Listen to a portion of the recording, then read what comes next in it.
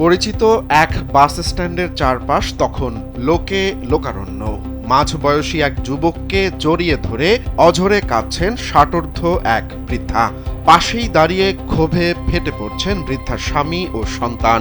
সিনেমার কোনো দৃশ্য মনে হলেও এটি কোনো সাজানো চিত্রনাট্য নয়, বরং রক্ত মাংসের মানুষের এক নাটকীয় ঘটনা।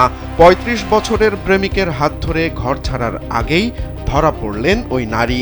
ঘটনার সূত্রপাত মাত্র ৪ মাস আগে একটি রং নম্বরের ফোন কল থেকে।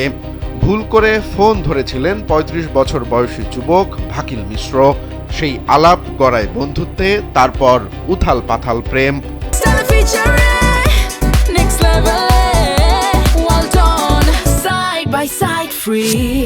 বয়সের দীর্ঘ ব্যবধান বা সামাজিক বাধা কোনো কিছুই মানাতে পারেনি তাদের মন দেয়া নেয়াকে।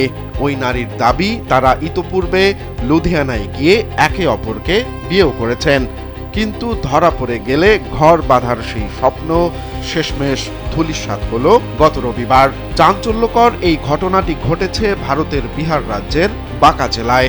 অভিযুক্ত ওই যুবক আরার বাসিন্দা।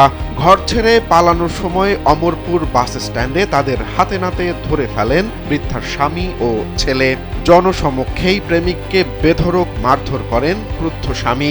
পরিস্থিতি বেগতিক দেখে স্থানীয়রা তাদের উদ্ধার করে থানায় নিয়ে যায়।